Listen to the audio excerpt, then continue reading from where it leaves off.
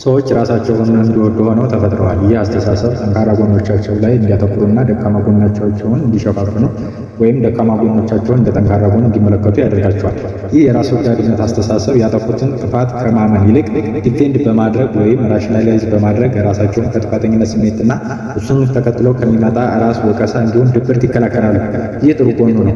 አንዳንድ ሰዎች ግን የራስ ወዳድነት ባህሪ ከመጠን ከፍ ይልና ሚሊዮነር ሆነው እንኳ የድሃ ንብረት ሲነጥቁ፣ በእውቀቱ ዓለም ደግሞ ከራሳቸው አስተሳሰብ ውጭ የሌላ ሰው ሀሳብ ለመቀበል የሚተናነቃቸው፣ በሁሉም ዘርፍ ራሳቸውን ብቻ አዋቂ የሚመስላቸው፣ ሰዎችን በንቀት ዓይን የሚመለከቱና ራሳቸውን በራሳቸው የሾሙ አዋቂ ሆነው ይቀርባሉ።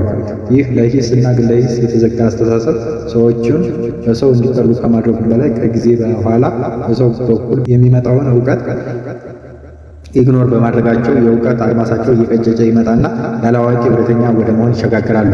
ይህ አይነቱ ስብዕና እነዚህ ሰዎች አስቀያሚ ስለ ሰው ያላብሳቸዋል።